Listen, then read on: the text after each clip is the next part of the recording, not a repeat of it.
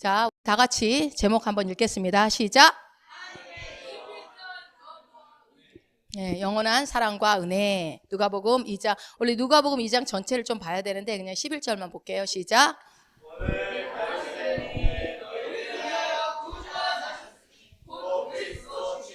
아멘, 아멘. 원래는 오늘 간단하게 설교를 할까 이 생각도 했어요. 근데 가만 생각하니까 내일 어디 안 가시잖아.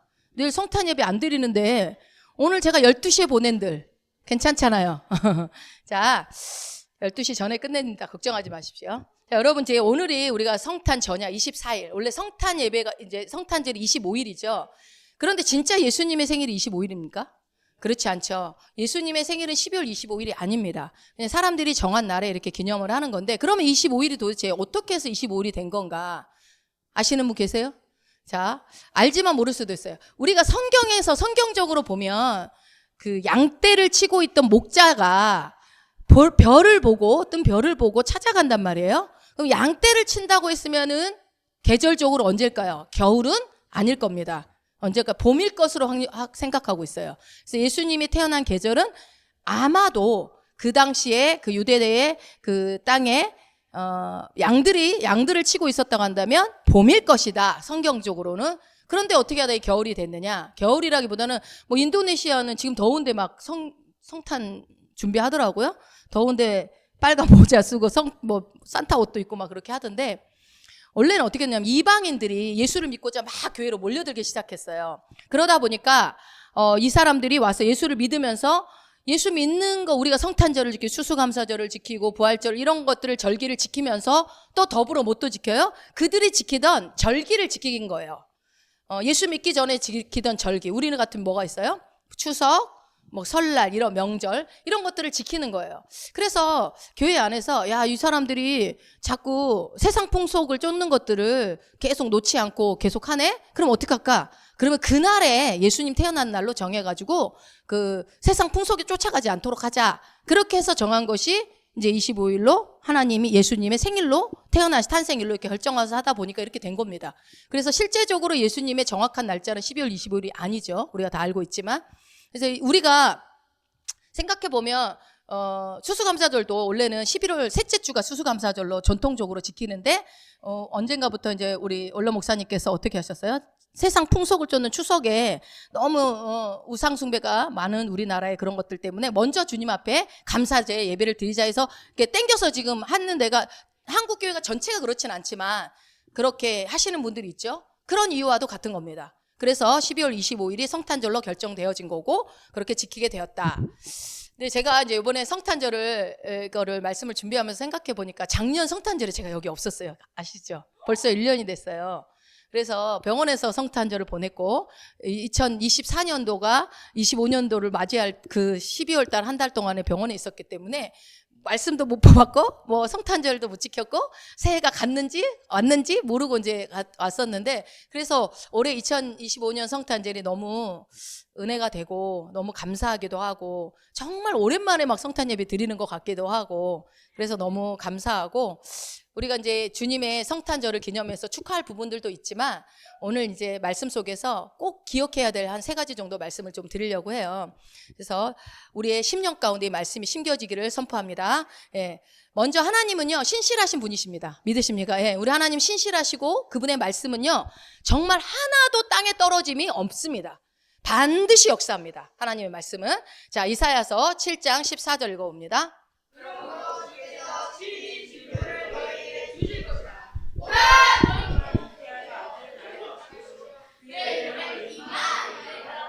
아멘. 이거 누가 한 말이죠?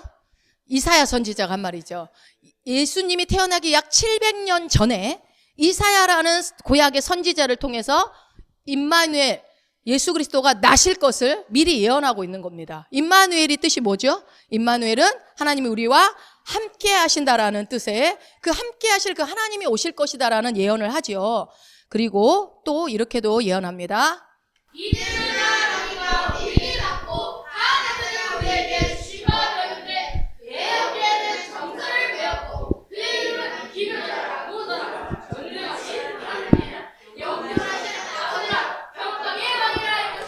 아멘.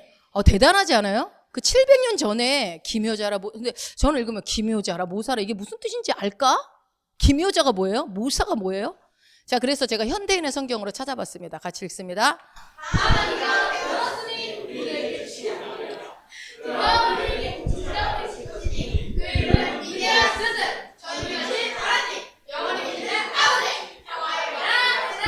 아멘. 대단하지 않아요? 이사야 선지자가 이게 무슨 말인지 알고 예언했을지 어떨지는 모르겠지만 전능하신 하나님이래요. 누가요? 예수 그리스도가.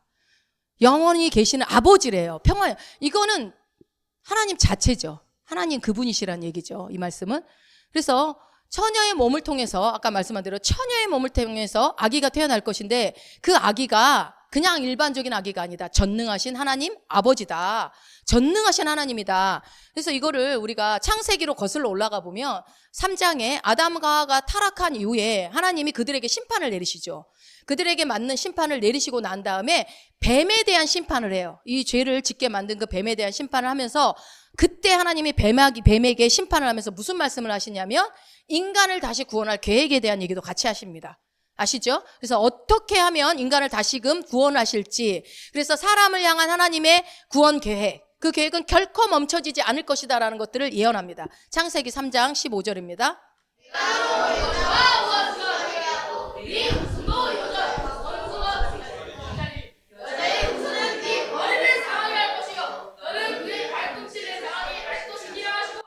아멘, 아멘. 여자의 후손이 뱀의 머리를 상하게 할 것이다. 사탄 마귀를 깨부셔버릴 거다라는 거죠. 그래서 여자의 후손에 대한 계시를 보여주셔요. 여자의 후손이 누구죠? 예수 그리스도께서 여자의 후손으로 오시게 된다라는 거죠. 남자가 아니라 여자의 후손이기 때문에 남자를 통하지 않고 오실 거라는 예언을 하시는 거죠. 창세기에 이미 하나님은 인간에 대한 구원 계획을 먼저 선포하시고 얘기하십니다. 이 시간이 도대체 얼마나 지난 거예요? 예수님 오실 때까지. 한번 상상을 해보세요.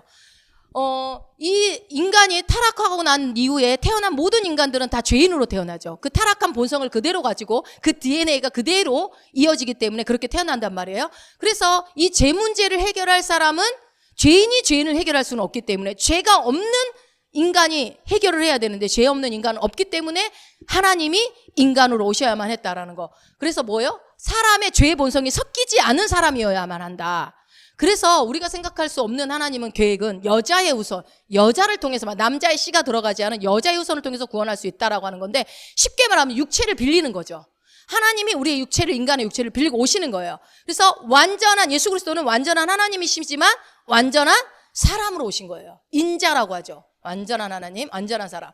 그래서 여자의 후손을 통해서 오셔야만 했던 것을 창세기부터 미리 예언을 하고 계신 겁니다. 그래서 이것은요, 우리가 어떤 논리적인 이해, 인간의 이해로는 도저히 이게 상상이 안 되는, 설명이 안 되는 거지만, 하나님은요, 이 창세기 3장 15절에서 이 선포한 이 예언을 몇천 년 동안 주구장창 계속 이걸 선포하시고 이어오십니다. 끝내 계속해서 그것을 누군가의 선지자들을 통해서, 또 아까 이사야 선지자도 봤지만 계속 선포하시면서 어떻게 해요? 앞으로 태어날 구원자, 너희를 구원할 구원자가 태어날 것이다 라는 것들을 예언하시죠. 그래서 갈라디아서 이제 신약으로 넘어가면 4장 4절 5절입니다.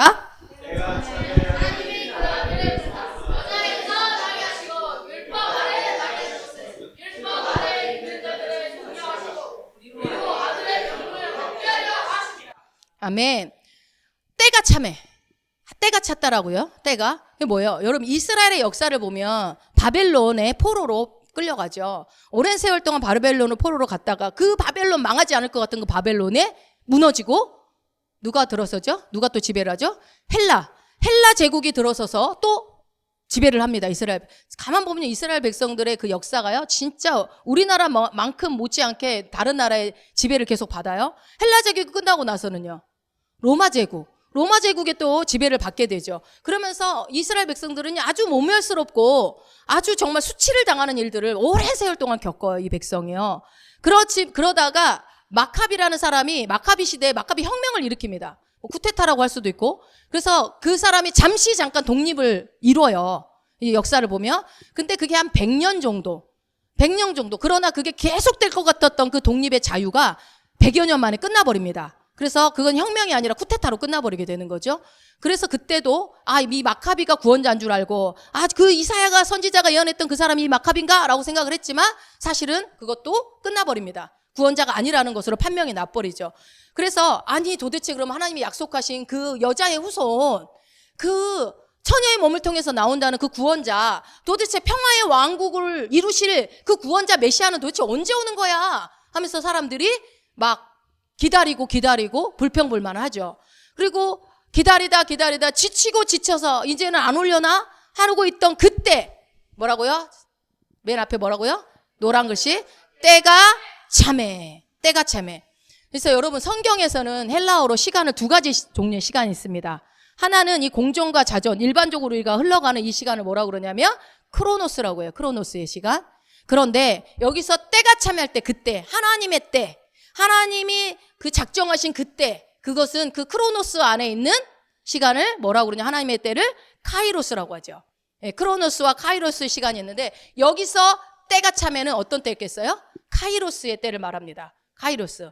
그래서 여자를 통해서 구원자이신 예수 그리스도가 오셨다는 거예요. 언제? 때가 참해. 많은 사람들이 하나님 앞에, 하나님의 말씀 앞에 도대체 언제 되는 건가요? 나한테 약속하신 그 복은 언제 나한테 이루어지는 거예요? 이건 아닌 것 같아요. 라는 얘기들을 많이 해요. 그러면서 그런 얘기하면서 막 점점 지쳐가. 하나님은 나한테 관심이 없나 봐. 우리 민족에게 관심이 없나 봐. 그러나 여러분, 하나님의 말씀은 반드시 역사합니까? 예, 하나님의 말씀은요 정말로 반드시 역사합니다. 하나님의 말씀은요 그냥 땅에 떨어지는 게 결코 하나도 없어요. 그걸 여러분이 믿으셔야 돼요. 자, 베드로가 그래서 이렇게 얘기하잖아요. 베드로전서 1장 24절입니다.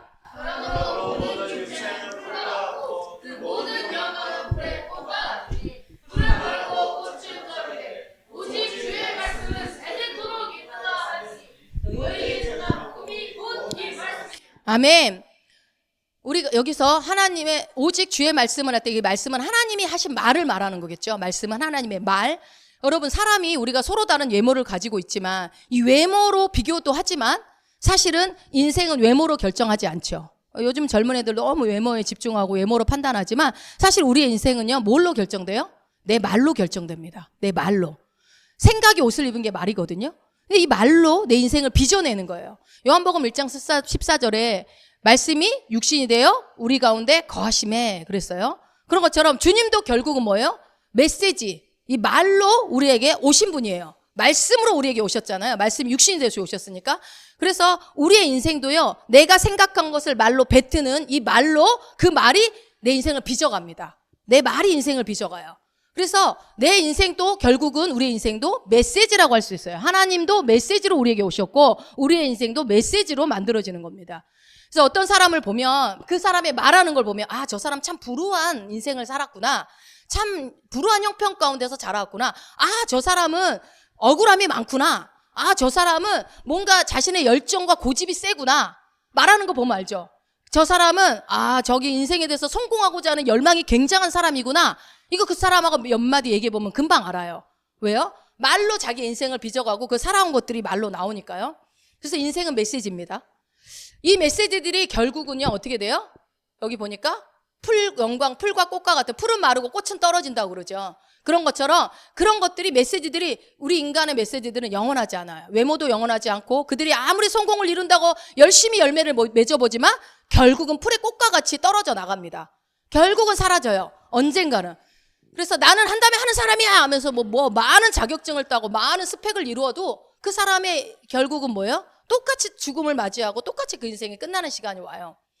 그래서 어떤 메시지를 그 사람들이 인생을 통해서 줄 수 있을런지 모르지만 호랑이는 가죽을 남기고 사람은 이름을 남긴다고 그러면서 이름을 남기려고 평생을 열심히 살는지 모르겠지만 그 이름도 영원하지 않습니다.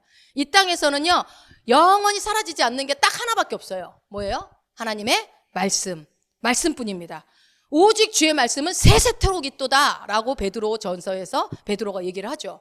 이 땅에서 영원히 사라지지 않는 건 뭐라고요? 하나님의 말씀입니다. 말씀.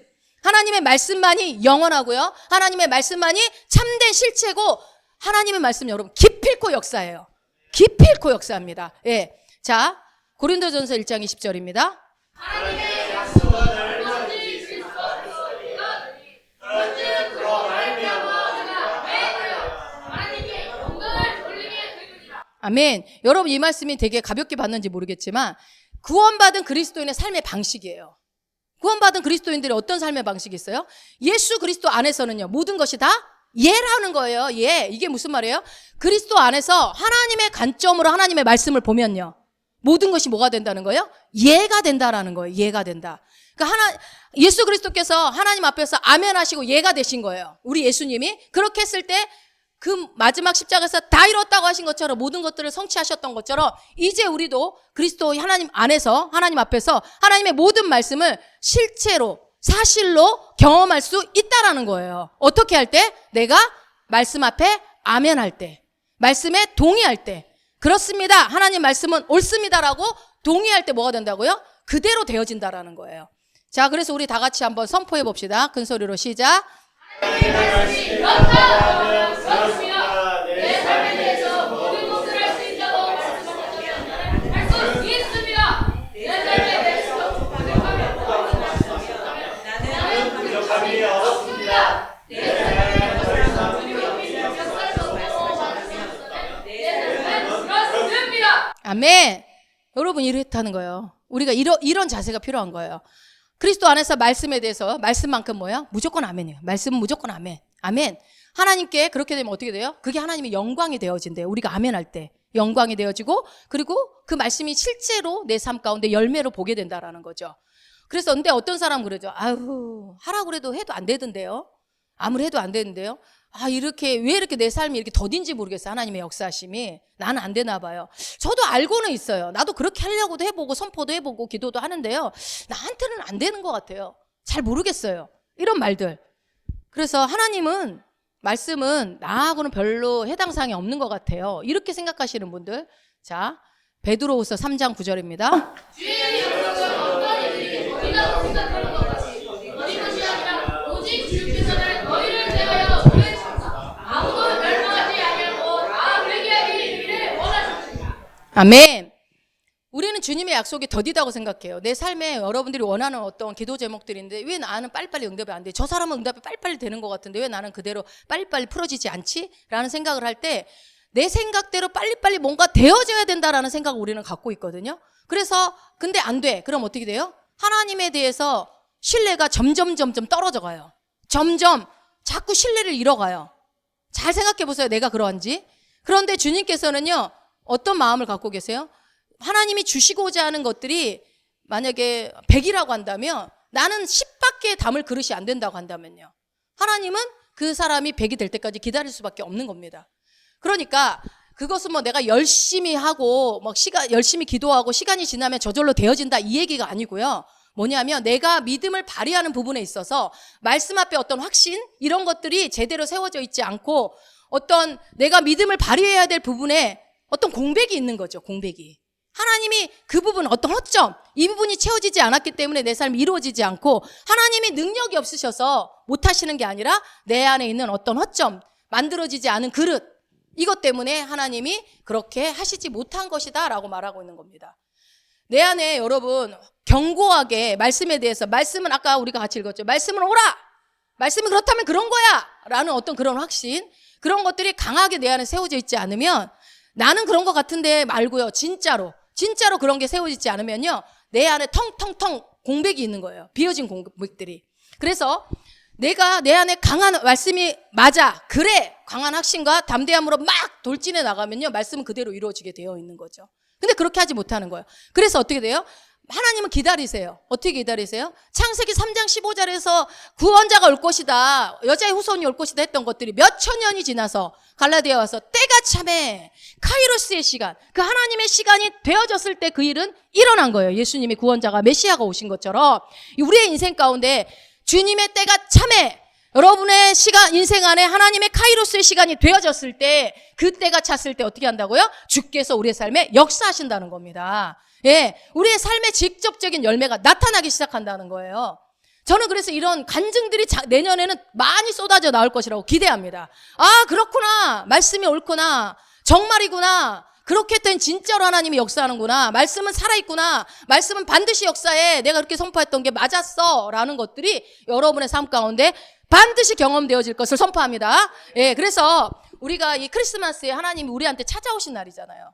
찾아오신 날이고 어떻게 찾아오셨어요? 나와 똑같은 위치로 오셨어요. 죄인된 위치로. 죄덩어리가 되셔서 오시죠. 그래서 아기로, 심지어 너무나 연약한 아기로 오셨어요. 이건 정말 하나님 앞에 큰 모험인 것 같아요. 죽일 수도 있는. 그래서 헤로당이 막 죽이라고 그러죠, 애기들을. 그러면 그런 사람으로, 인간 애기로, 연약한 자로 이 땅에 오셔서 정말 우리가 똑같은 이시로 낮아지셔서 오신 분인데 얼마나 감사하고 축하드릴 일이고 기뻐할 일이고, 정말 우리가 찬양을 사실은 20분밖에 안 했지만 1시간 내내 해도 모자랄 정말 우리가 너무나 기쁜 날인데, 하나님이 이 약속을 이루시기 위해서 얼마나 많은 세월을 오래 인내하셨는지를 생각해 보세요.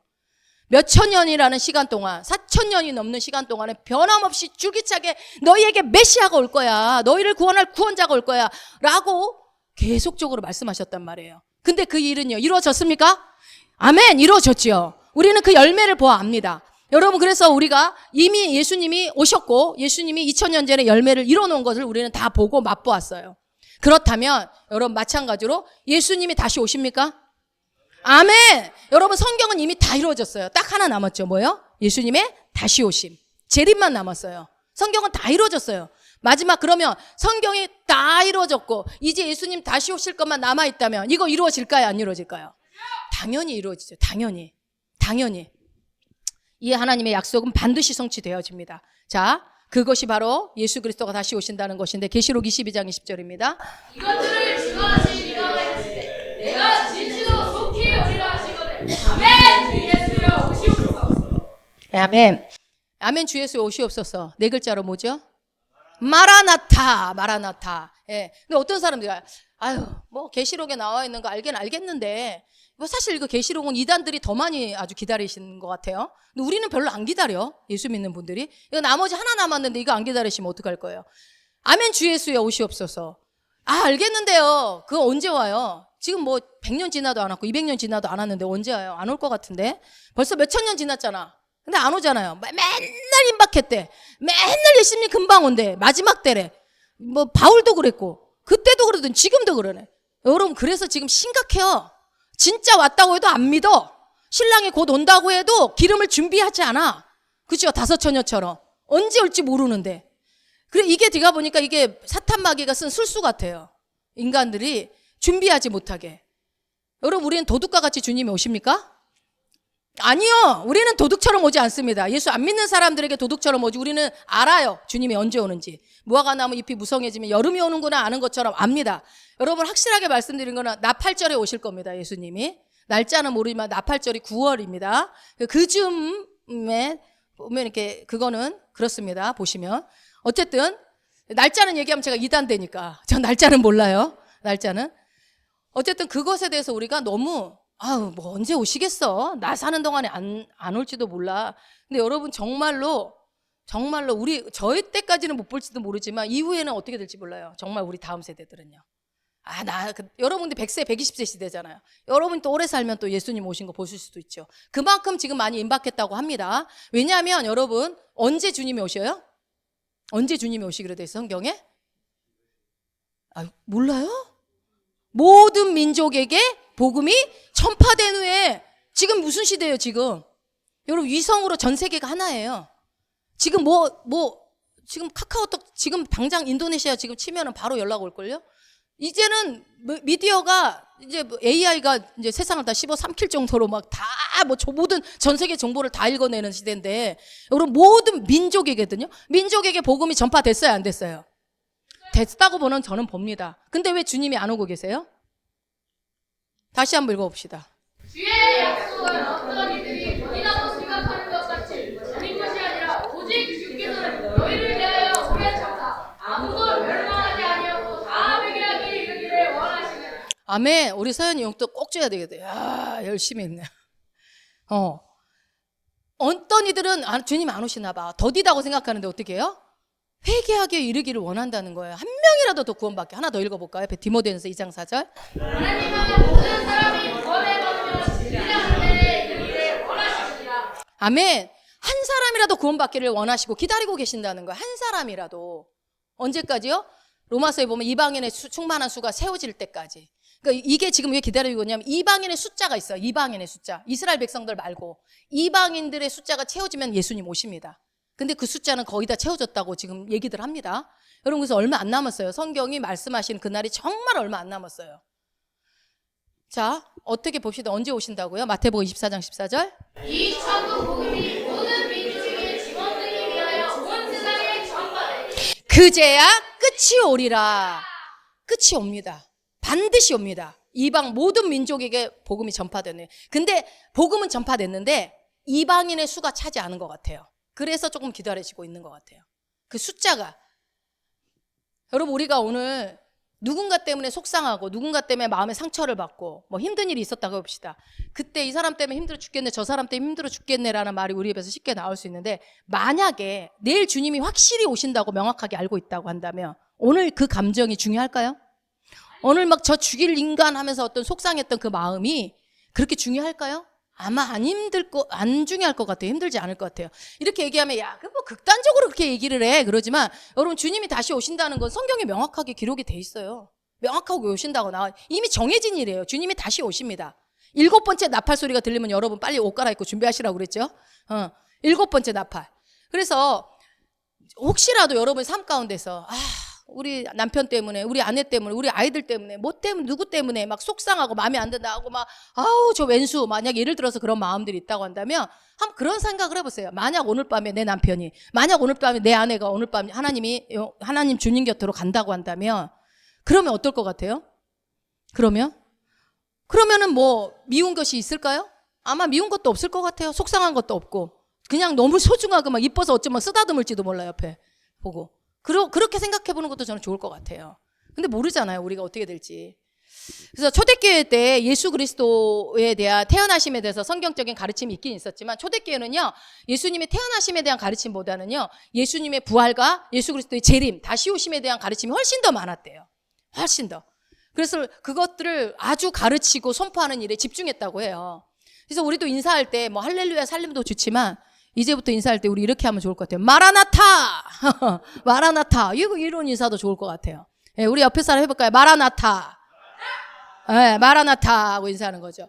예, 전지전능하시고 위대하신 우리 하나님께서 약속하신 말씀대로, 약속하신 대로 예수 그리스도가 이 땅에 오셨고 완전한 사람으로, 완전한 아기로 정말 우리의 유치 가운데 이렇게 오셨는데, 이 땅에 오셨는데 그것이 성취되었다고 한다면 예수님의 다시 오심은요 당연히 성취되겠죠. 그 어려운 것도 성취가 됐는데, 몇천 년 동안 이루어진 그 약속이 성취됐는데 우리 안에 예수 그리스도가 다시 오신다는 약속이 성취 안 될 리가 없지 않습니까? 자, 여러분 예수님이 다시 오심을 확신하십니까? 예, 예수님이 오시기를 갈망하는 자에게 주시는 면류관이 있다고 했는데 혹시 기억나시는 분? 예? 수요예배 때 제가 설교했는데 예수님 다시 오시기를 내가 기다립니다. 이것만 기다리기만 해도 주는 면류관이 있다고 그랬는데, 생명의 면류관. 다시 설교를 뭐 다시 해야 되겠네. 자, 누가복음 1장 38절.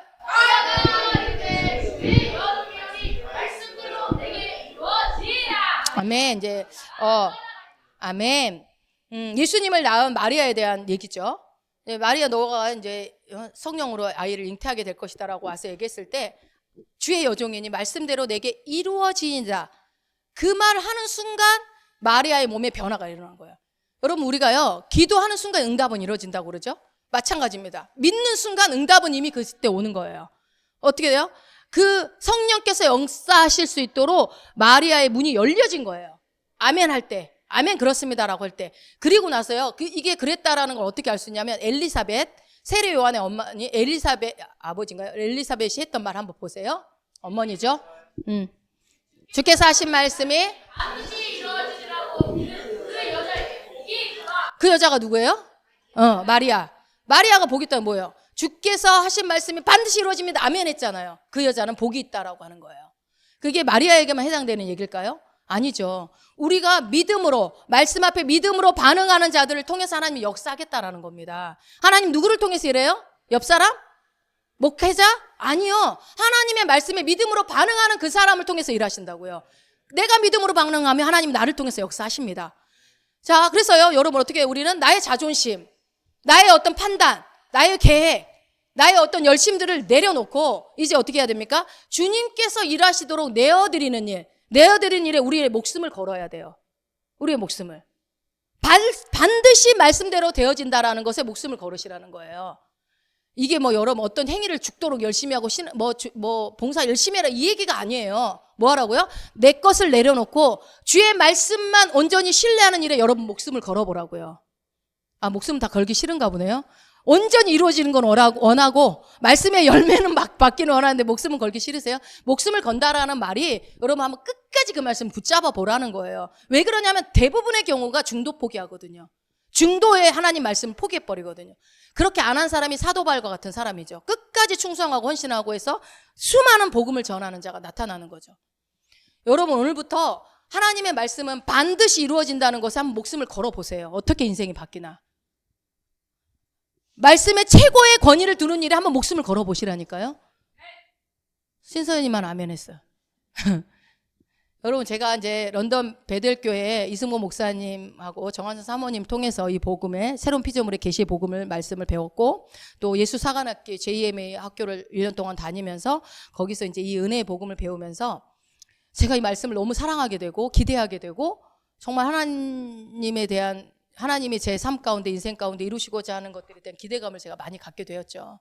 그러면서 지금도 책을 읽고 지금도 이제 주무로를마다 같이 공부를 하고 계속적으로 공부를 하고 있는데요.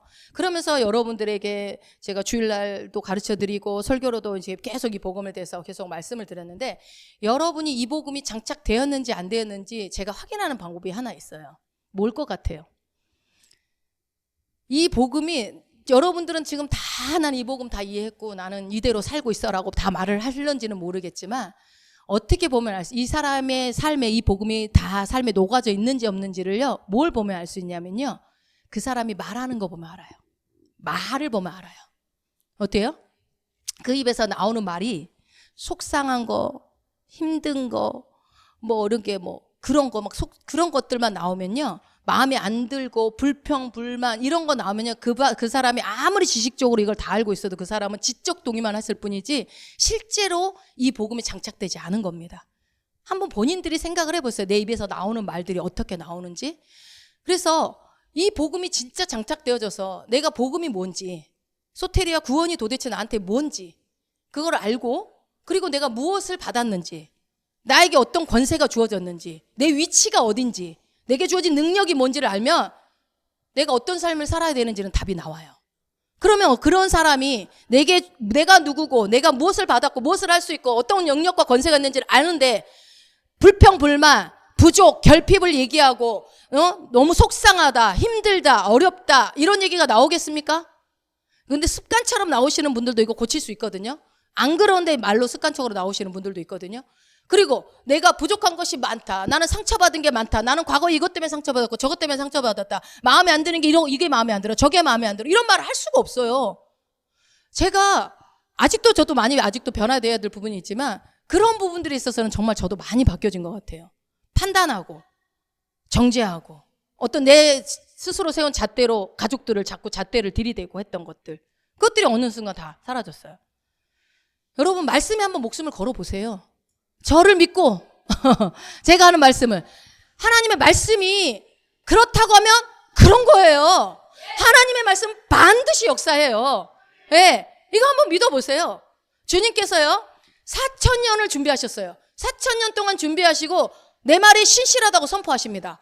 네, 그리고 그 신실한 말씀을 육신을 입고 찾아오셨어요. 그 말씀이 직접 찾아오셨어요.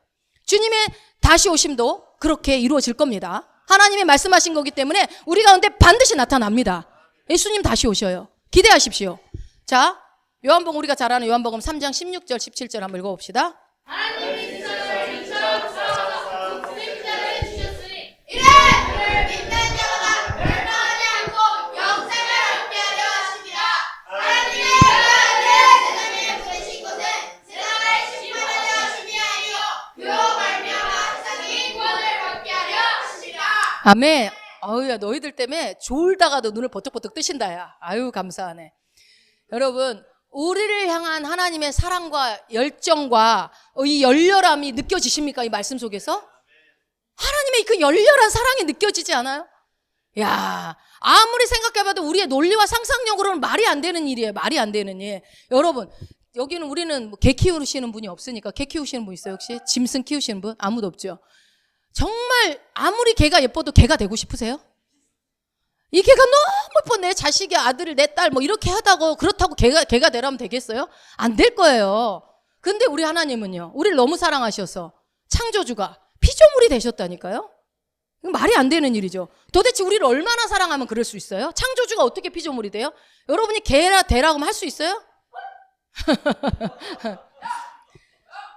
얼마나 사랑하시면 피조물의 위치까지 오셨을까. 너무 감사하죠. 하나님이 어떻게 해요? 이처럼 세상을 이처럼 사랑해요. 어떻게 사랑했다고요? 독생자를 주실 만큼. 예수 그리스도를 그러니까 결국은 뭐냐면요, 하나님이 자기 목숨을 내놓으신 거예요. 자기 목숨을. 그래서 독생자 예수 그리스도는 뭐예요? 유일한 하나님의 표현이잖아요. 유일한 하나님의 사랑이시고 유일한 하나님의 그 독생자를 희생제물로 내어놓으시고, 그러고서 어떻게 우리를 찾아오시는 거예요. 직접 하나님이 육체를 입고 오셨어요. 우리가 독생자 그러면 여러분, 독생자가 무슨 뜻인가요?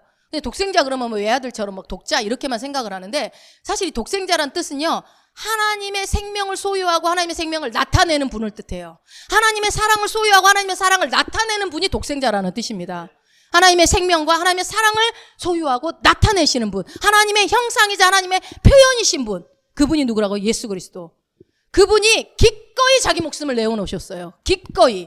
자, 마태복음 27장 45절입니다. 제6시로부터 온달의 어둠에 가요. 제6시까지 계속 되소니 제6시째 예수께서 크게 소리질러 이르시되 엘리 엘리 라마 sabachthani 나의 하나님 나의 하나님 어찌하여 나를 버리셨나이까 하는 뜻이라. 아멘. 육시는 언젠가요? 제6시? 우리는 이제 6시라고 생각하지만 육시는 정오를 말합니다. 12시. 12시부터 3시까지 해가 떨어져 버렸어요. 안 보여. 온 세상이 깜깜해진 거죠. 그때 뭐예요? 왜 깜깜해졌을까요? 하나님이 얼굴을 돌려버렸어요. 예수님을 버려버렸어요. 죄 덩어리가 되셨기 때문에 그 죄를 버려버리신 거예요. 그래서 하나님이 얼굴을 돌렸다라는 증거로 지금 어두워졌다라는 거죠. 그래서 하나님의 임재와 하나님의 생명이 예수 그리스도로부터 떠나버리니까 그 목숨이 끝나는 거예요. 육체의 생명이. 여러분, 우리의 육체의 생명은 언제 끝나요? 하나님의 임재와 생명이 떠났을 때. 그래야 죽을 수 있어요. 마음대로 못 죽어요. 그래서 예수님이 육체적으로 죽을 수 있으셨던 거죠. 하나님의 임재와 생명이 떠났기 때문에. 그래서 그때 육체의 죽음이 우리도 찾아올 수 있고요, 예수님도 그래 찾아온 거죠. 하나님의 임재로부터 하나님의 생명으로부터 완전히 단절되었을 때 죽음이 찾아온다. 그것을 이렇게 상황적으로 보여준 게 이 말씀이에요. 그래서 온 세상에 어둠이 왔을 때 예수님이 엘리 엘리 라마 사막다니, 그런데 이게 무슨 말이죠? 이게 아람어입니다. 아람어. 헬라어도 아니고 아람어. 나의 하나님 나의 하나님 어찌하여 나를 버리셨나이까. 왜 이렇게 말씀하셨어요? 진짜 버렸거든요. 왜요? 하나님이 죄를 다 짊어지신 예수 그리스도를 그냥 공의의 하나님은 처벌하셨어야만 했어요. 그 죄에 대한 대가집을, 죄의 삭슨 사망, 죽이셔야만 했습니다. 만물의 주인이신 그 하나님께서 이 피조물의 자리에 내려가셔서 얼마나 우리를 사랑했으면, 얼마나 우리에 대해서 우리를 아끼고 사랑하셨으면 그 처절하게 부르짖는 자리에 자신이 직접 매달리셨을까요? 하나님이 기꺼이 내려가시잖아요. 상상이 안 됩니다. 로마서에 그렇게 나오죠. 우리가 잘 아는 말씀 8장 32절. 자기 아들을 아끼지 아니하시고 우리 모든 사람을 위하여 내주시니까 어찌 그 아들과 함께 모든 것을 우리에게 주시지 아니하셨느냐. 아멘, 아멘. 아들도 아끼지 아니하시고 내어놓으시는 우리 하나님. 그분이 하나님이세요. 하나님은 우리를 향해서 이러한 사랑과 열정을 갖고 계신다고요. 여러분, 이 하나님의 사랑과 열정을 믿으십니까? 감정으로 동의하지 마시고요. 그냥 지적 동의를 하십시오. 마음으로 믿고 입으로 그렇습니다. 아멘 하시면 돼요. 아멘. 자기 아들을 아끼지 아니하고 우리 모든 사람을 위하여 내주셨다. 그래서 뭐라고 또 얘기하죠? 읽어봅시다.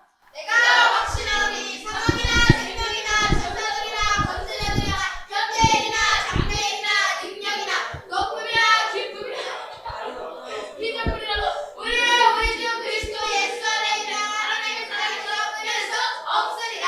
아멘! 아멘! 저는 이 말씀이 너무 좋습니다. 너무 좋아요. 정연아, 눈 떠! 많이 먹었구나.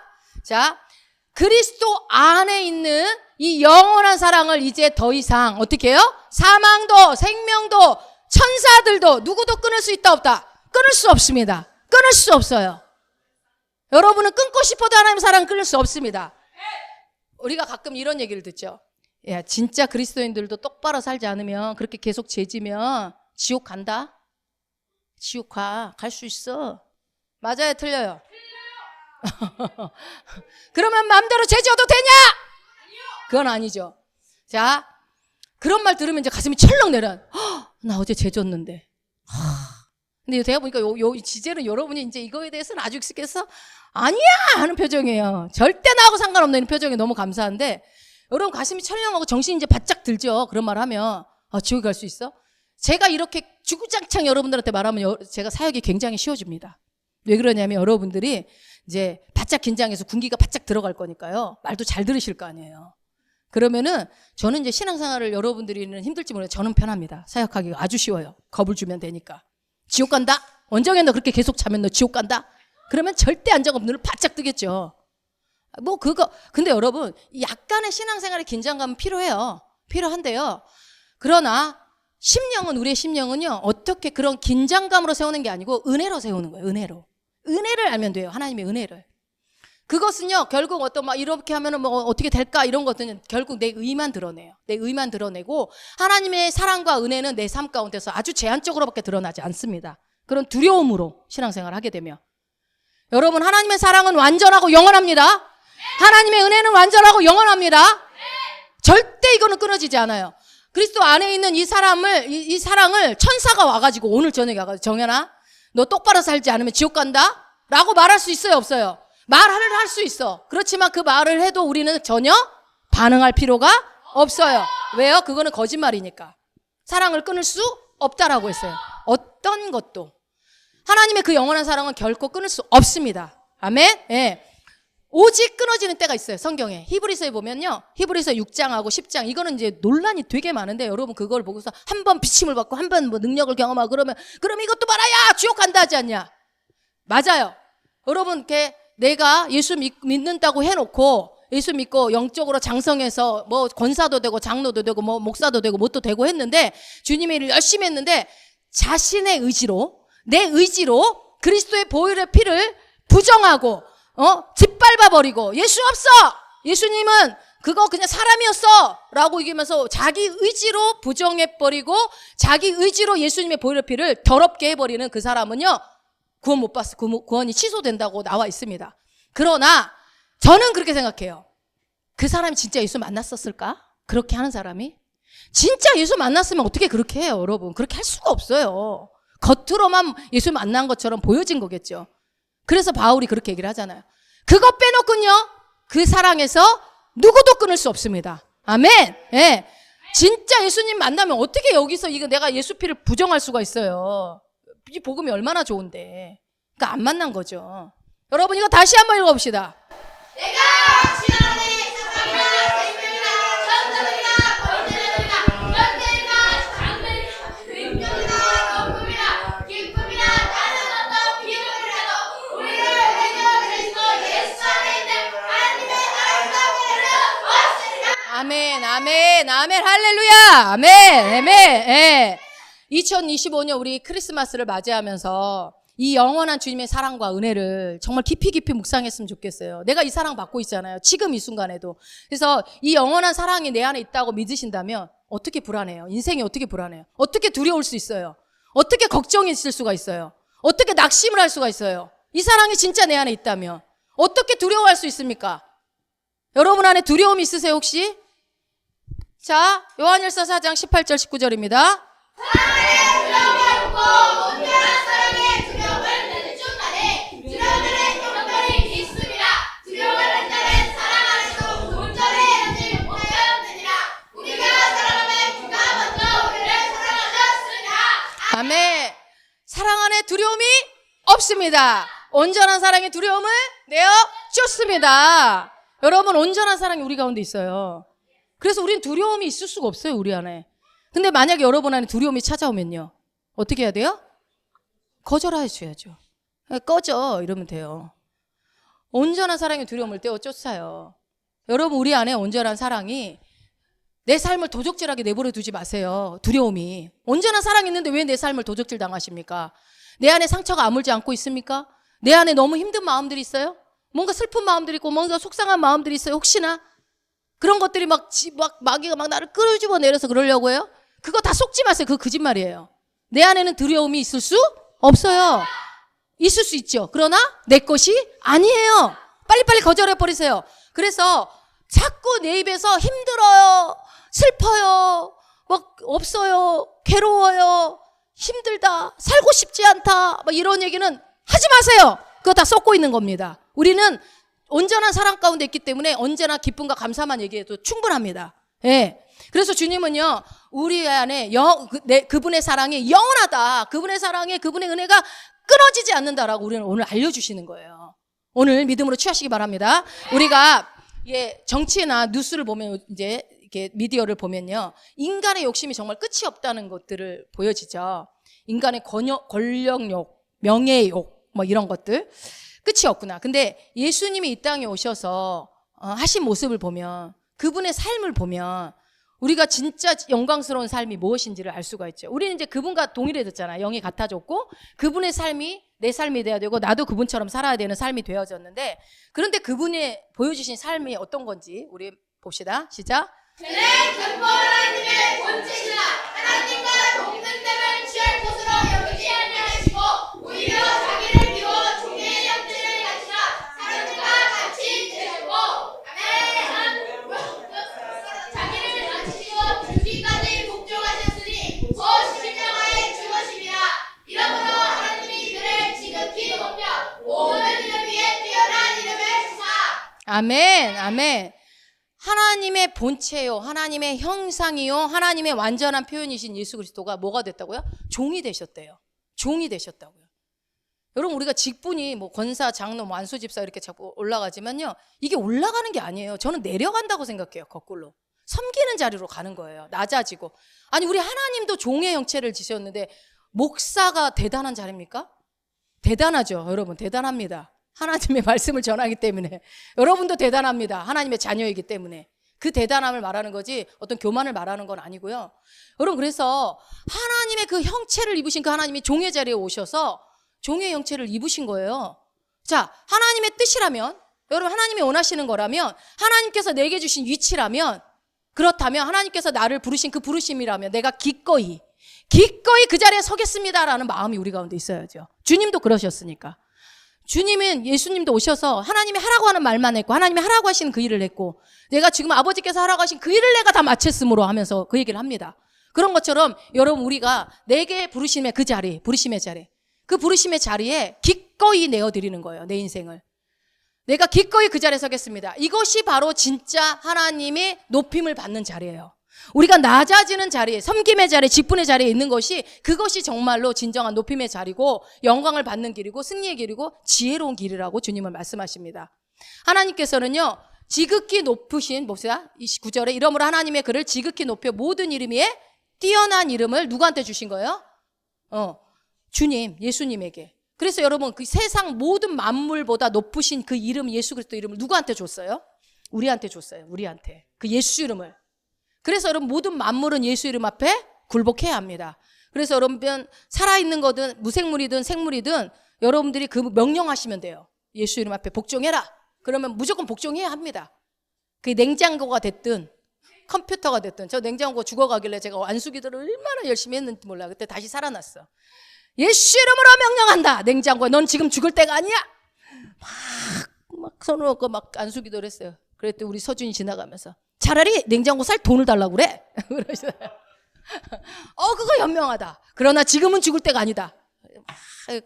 엊그저께 떠는데 약간 또 좀 냉동이 잘 안 되려고 그래. 다시 닫아놓고 막 축복하고 혼자 막 만물은 예수 이름 앞에 순복할지어다. 냉장고는 순복할지어다. 누가 보면 이상하게 생각하지만 저는 말씀을 신뢰합니다. 모든 이름 위에 뛰어난 이름이신 예수 그리스도 이름이 내 안에 있기 때문에. 냉장고 살리신 분도 누가 있다고 그러지 않았나? 집사님도 살렸다고 그랬나? 이분도 살리시더라고. 냉장고. 돈 없으면 살려야지 뭐. 돈도 주시면 더 감사하고. 자, 근데 예수님이 오신 이거를 보세요. 이분이 오셔서 어떻게 하셨나? 마태복음 20장 28절. 인자가 오셔서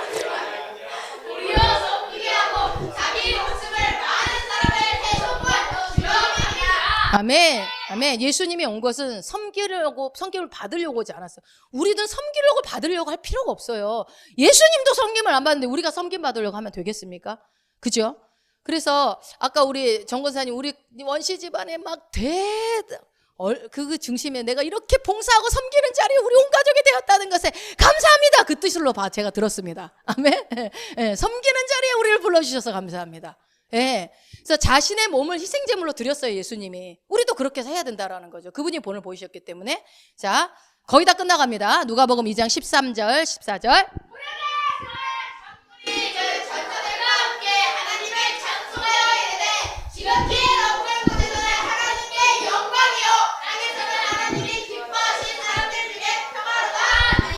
아멘. 예수 그리스도의 순종이 하나님의 뜻을 끝까지 순종하시기 위해서 선택한 삶입니다. 하나님의 말씀을 이루기 위해서 기꺼이 그분의 그 부르심에 십자가에 죽어야 된다는 그 부르심의 자리에서 모든 걸음이 예수님의 모든 걸음은 그 부르심의 자리에 온전히 합당하게 이루시기 위해서 그 걸음을 걸으셨어요. 그리고 결국은 그것이 하나님께 영광이 되었죠. 예수님의 십자가 사건이. 그래서 그분의 예수 그리스도의 그 창세기 3장 15절에서 예언했던 그 일들이 실제적으로 이루어지면서 하나님은 영광 받으셨고 이 땅에는 평강이 오게 됐습니다. 평화가. 하나님께는 영광이요 땅에는 평화로다. 예, 평화가. 그리고 예수 그리스도로 말미암아 우리는 평강을 누리는 자가 되었습니다. 아멘. 예, 너무 감사하죠. 여러분 우리가 하나님의 사역을 할 때 우리는 모두 사역자들입니다. 저만 사역하는 거 아닙니다. 우리 모두 다 사역자들인데 우리 사역을 할 때 반드시 이해해야 되는 것 중에 중요한 게 뭐냐면 여러분 권위예요. 권위. 이 권위를 아는 것은요 사역에 관계된 것뿐만 아니라 이 교회 안의 사역뿐만 아니라 가정에서도 마찬가지입니다.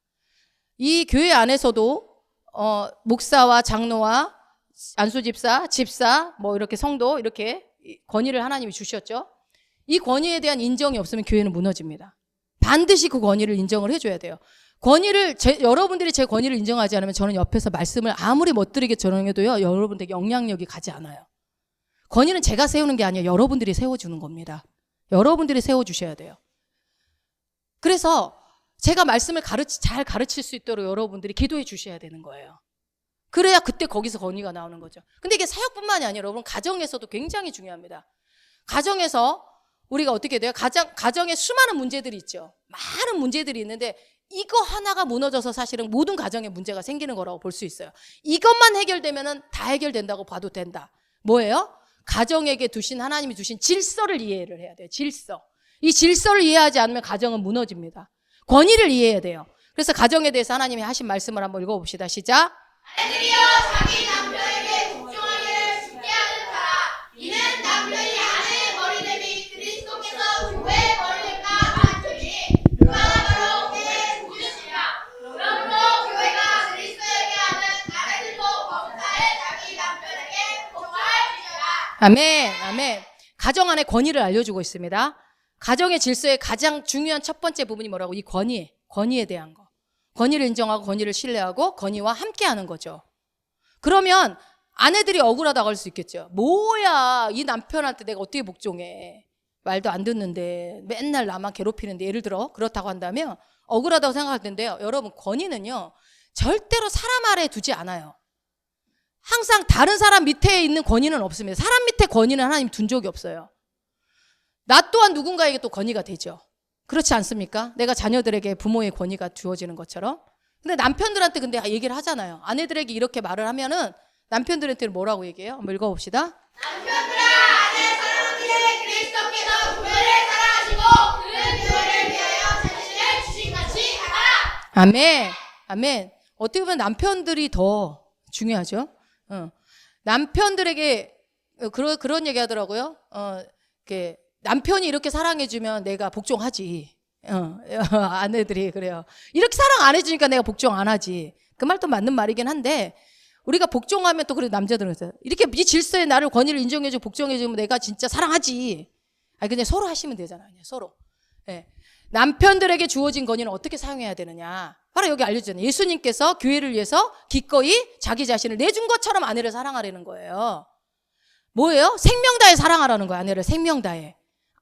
남편들이여 아내 사랑하기를 예수님이 몸된 교회를 사랑한 것처럼 사랑하시기 바랍니다. 예, 아멘 안 하네. 원종우 집사님 혼자만 아멘 하셨어요. 이제 우리 최다 입사가 점점 예뻐지겠네. 많이 사랑해줘서. 예. 사랑과 섬김의 권위예요. 사랑과 섬김의 권위. 그래서 가정의 대부분의 문제들이 이 권위를만 이해하면요. 남편의 권위, 아내의 권위, 이것만 이해하면요. 모든 가정의 문제는 거의 다 해결됩니다. 권위를 서로 인정 안 해줘서 그래요. 자, 우리가 하나님의 말씀이 선포된 신실하다는 것을 알고 하나님의 사랑과 은혜를 알고 우리가 하나님의 말씀에 목숨을 걸기만 하면요. 제가 오늘 계속 말씀해 하나님의 말씀이 그러하다. 하나님 말씀은 옳다. 그것에 목숨을 걸기만 하면요. 우리 삶에 예수 그리스도가 그랬던 것처럼 하나님의 영광 받으십니다. 우리 삶에. 반드시 받으십니다. 그리고 평강이 풀어집니다. 그렇게 할 때 말씀에 목숨을 걸 때 내 삶에 두려움과 염려와 아픔과 근심과 걱정이 있는 것이 아니라 뭐가 풀어진다고요? 평화가 풀어진다고요. 내 가정의 평강이 풀어지면 누구한테 평강이 풀어질까요? 자녀들에게 평강이 풀어집니다. 부모가 평강이 풀어지면 자녀들도 평강이 풀어지지 않아요. 그래서 내가 부모들이 평강이 풀어져야 되고 그러면 자녀들은 자연스럽게 평강이 풀어지고 내 삶의 현장에 당연히 평강이 풀어집니다. 하는 일마다 잘 됩니다. 내 사업장에, 내 직장에. 그리고 어떻게 돼요? 많은 사람들의 호의를 받습니다. 어디를 가나 위로나 아래로나 좌로나 우로나 하나님의 호의를 받는 자가 되어집니다. 그 가운데서 어떻게 돼요? 재정의 문이 열립니다. 여러분이 순서를 잘 보세요. 순서. 재정의 문이 열리게 되고 모든 것들이 따라오게 되어 있다는 거예요. 재정의 문만, 가정의 문제는 해결 안 하고 재정의 문만 두드린다고 열리는 게 아니라고요. 이 하나님이 가정 안에 주신 이 질서를 하나님의 안에서 권위를 서로 인정해 주었을 때 평강이 찾아오고 그 평강은 내 삶에, 내 자녀의 모든 인생의 우리의 영역 가운데 놀라운 평강으로 풀어진다는 것입니다. 여러분 믿으십니까? 네, 말씀을 마무리하겠습니다. 여러분 크리스마스를 맞이하여 무엇보다 주님의 말씀을 신실하다는 것을 꽉 붙잡으셨으면 좋겠어요. 주의 말씀. 예수님이 이렇게 오신 것처럼 약속하신 대로 그리고 이를 이루신 것처럼. 그래서 하나님의 이 사랑과 은혜가 우리 가운데 얼마나 열정적이고 얼마나 열렬한가 그 사랑이. 그걸 깊이 묵상하시고 그분이 보여주신 진정한 승리의 삶은 뭐였는가. 섬김의 자리에서 그 권위를 인정하고 그 내가 마음대로 하고 싶은 대로 하는 것이 아니라 예수님이 그 섬김의 종의 위치에서 그 일을 하나님의 아버지가 하라고 하신 그 일을 했던 것처럼 여러분의 부르심의 자리에서 우리 몸된 교회 여러분의 각 직분자로 부르신 그 위치에서 이 부르심을 잘 감당하시고 그래서 내가 원하는 거, 내가 원하는 위치, 내가 하고 싶은 일, 내가 뭐 하지 못해서 서운하거나 섭섭하거나 속상해하거나 상처받고 힘들어하지 마십시오. 그거는 주님이 원하시는 게 아닙니다. 주님이 주신 것도 아닙니다. 오직 주님이 주신 뜻을 따라 주님이 주신 위치에서 내가 최선을 다할 때 반드시 주님이 우리를 높임의 자리로 우리 인생의 승리의 자리로 더 많은 사람에게 평강을 흘려보내는 자리로 복의 통로로 여러분을 씻을 것입니다. 아멘. 아멘.